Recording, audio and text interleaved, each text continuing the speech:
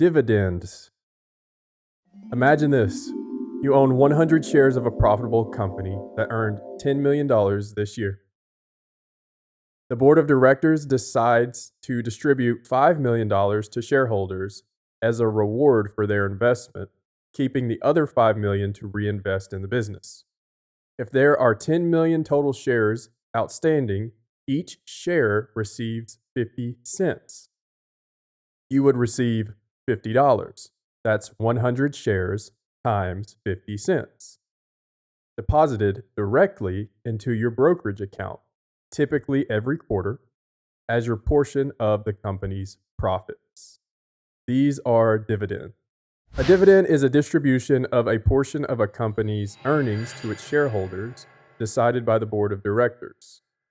It represents a way for companies to share profits with the people who own the business.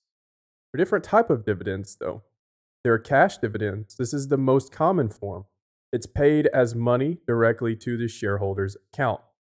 Then you have stock dividends, which are additional shares distributed instead of cash, increasing the number of shares owned. Then there are special dividends. They're one-time payments when a company has exceptional profits or sells a major asset. There's property dividends, rare distributions of physical assets or shares in subsidiary companies. So, how do dividends work? Companies announce dividends with specific dates that determine eligibility and payment. The declaration date is when the board announces the dividend. The ex-dividend date is the cutoff. You must own the stock before this date to receive the dividend. The record date identifies shareholder eligibility for payment. The payment date is when the money is actually distributed. A dividend yield. This key metric shows the annual dividend payment as a percentage of the stock price. If a stock trades at $100 per share and pays $4 annually in dividends, the dividend yield is 4%. This helps investors compare income potential across different investments. Historically, dividends have been a fundamental component of stock ownership for centuries. During much of the 20th century, dividends represented the primary reason investors bought stocks. Capital appreciation was secondary. The Dutch East India Company, the first publicly traded company, paid dividends as early as 1610. In the United States, dividend-paying stocks dominated the market landscape until the 1980s and 90s, when growth-focused technology companies popularized the practice of reinvesting all profits rather than distributing them. The 2003 Jobs and Growth Tax Relief Reconciliation Act reduced the tax rate on qualified dividends, making them more attractive to investors. So, why do companies pay dividends? It helps demonstrate financial health. Regular dividends signal profitability and stability. It attracts income-focused investors.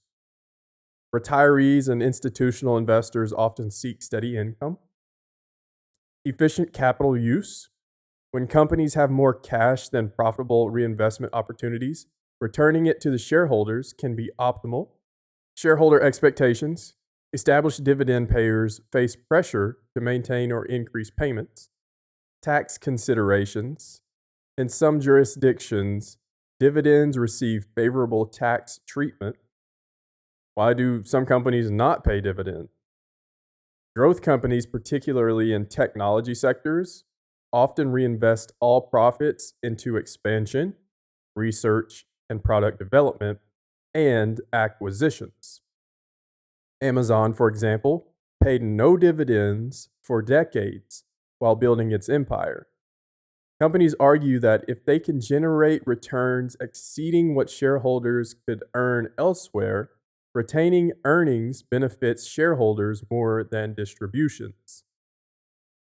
Younger companies and those in capital-intense industries often cannot afford dividends while funding growth.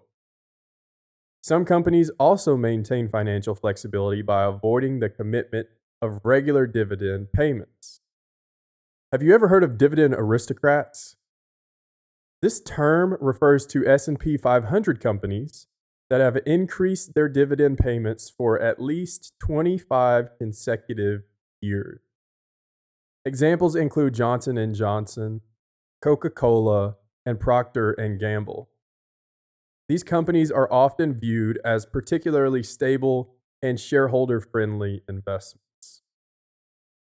The economic significance of dividend payments represents substantial wealth transfer. In 2023, S&P 500 companies paid approximately $500 billion in dividends to shareholders. For many retirees and pension funds, dividend income provides essential cash flow without requiring the sale of shares. So here are some dividend policy theories. Economists have long debated optimal dividend policies. The bird in the hand theory suggests investors prefer the certainty of dividends over potential future capital gains. The dividend irrelevance theory, proposed by Nobel laureate Merton Miller and Franco Modigliani, argues that in perfect markets, dividend policy shouldn't affect company value. Shareholders can create their own dividends by selling shares.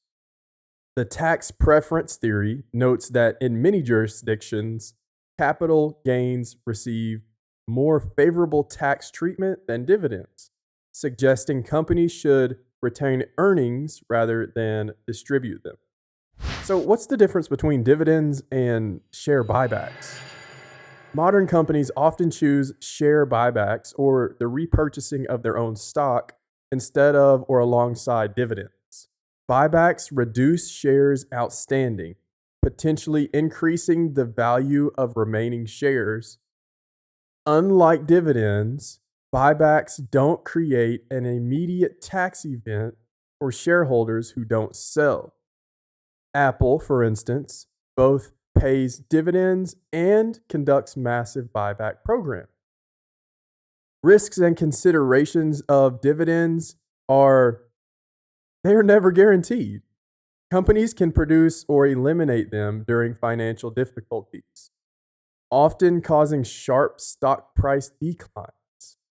During the 2008 financial crisis and 2020 pandemic, hundreds of companies cut dividends.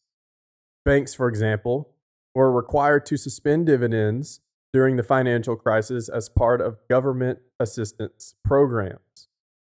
High dividend yields sometimes signal danger rather than opportunity. A falling stock price mechanically increases the yield, but may indicate fundamental problems threatening the dividend's sustainability. When it comes to reinvestment, many investors participate in dividend reinvestment plans, or DRIPs, automatically using dividend payments to purchase additional shares.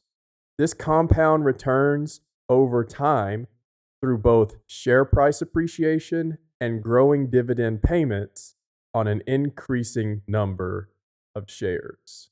You're not going to want to miss what's next, and they did not teach you this in school.